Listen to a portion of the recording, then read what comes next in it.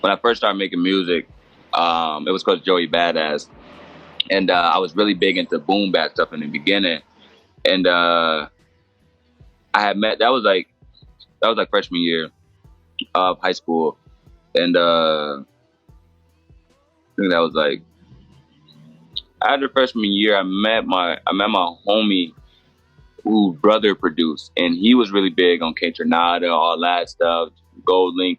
I never heard any of that music before. So when he showed me that type of stuff, I was like, yo, this is crazy. And that would really made me think more about beats. You know what I mean? Because it's like that really separate. If you have a great beat selection as an artist, you're winning. But if you just jumping on anything, it kind of like you're gonna have some that do good, and you're gonna have some that's just like, it was more experimental. So I always think about that subconsciously again, and then like, I don't produce, but I be there with the producer. Like my producer I work with right now, we do everything really from scratch. Like I'll have him make a beat right there. I'm doing the vocals right there. You know what I mean? Just to just like keep that energy there.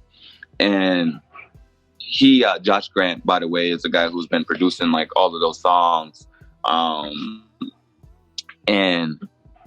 I don't know, man. I just really like beats. I like when like my voice sits really well in a song.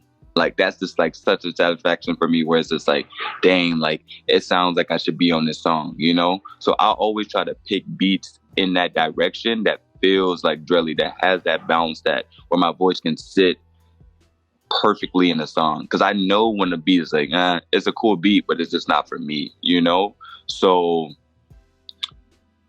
I like beats, man. I'll be listening to this beat just by itself. So it's just like, I just pay, and like you say, and as of recently, I would say like over the like last year and a half, really trying to use my voice as an instrument and really think about that in a way of like what actually sounds like it should be there and what doesn't, you know, because as being an artist too, it's so easy to just be rapping all day on a song. But like when you can really like make good hooks, make really good verses that all feel like, you know, all of those little things. So I really just try to pay attention to the details as much as I can to elevate the song, and also myself not get bored. You know, sometimes I get bored halfway through a song, even just making it. And when it feels like that, then it's like, let's go on to the next. Cause it's like, if I'm bored, then someone else listening to it gonna be bored. You know what I'm saying? So me and my producer have a really good understanding with that, where like we're synced in really well, where it's like, we'll know when the song is like, yo, this is the one that used to be, let's finish this one. You know what I mean? So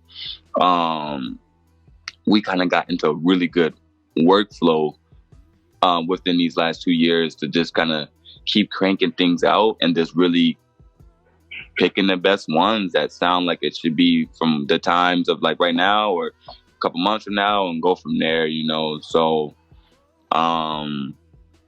yeah, but I definitely, yeah, I probably will try to like learn beats at some point, but like right now, I kind of just like, if I can be there with a good producer, that's fine.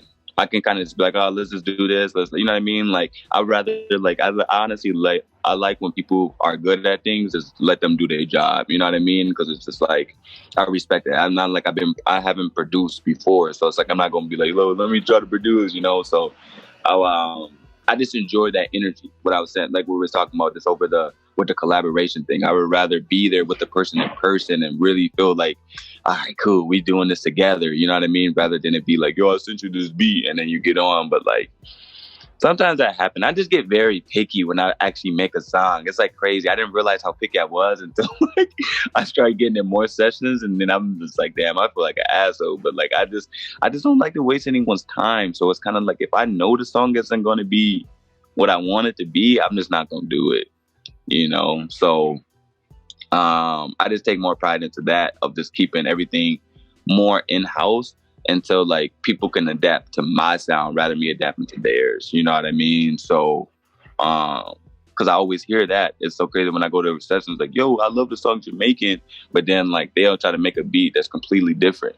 And it's just like, why are you taking a sound and trying to do this a whole new thing and then wonder why it doesn't work? It's because like I don't do stuff like that, you know? So I save myself the headache by not going to those sessions all the time.